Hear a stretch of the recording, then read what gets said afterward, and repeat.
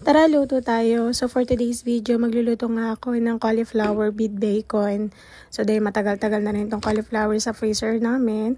So itong gagawin muna natin. So tanggalan lang natin siya ng mga tubig-tubig. Then pagkatapos nito, ay iinit lang natin siya sa ating air fryer.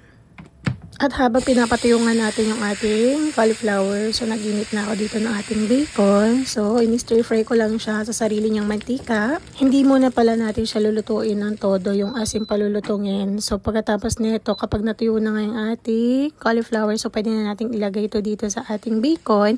Then, nag-add lang ako dito ng asin at saka pamintang durog. Then, haluin lang natin. Kapag well-combined na yung flavor niya, ng bacon at ng cauliflower. So, nag-add na lang ako dito ng parmesan cheese for additional flavor. Then, i-mix well lang natin. Then, pagkatapos nito, nag-add lang ako dito ng parsley for garnish. And then, nilagay ko na nga siya sa aming baunan. At dahil medyo gusto ko nga ng creamy-creamy, nag-add lang ako dito ng ating Japanese mayo. Thank you for watching. Until next video. Bye-bye!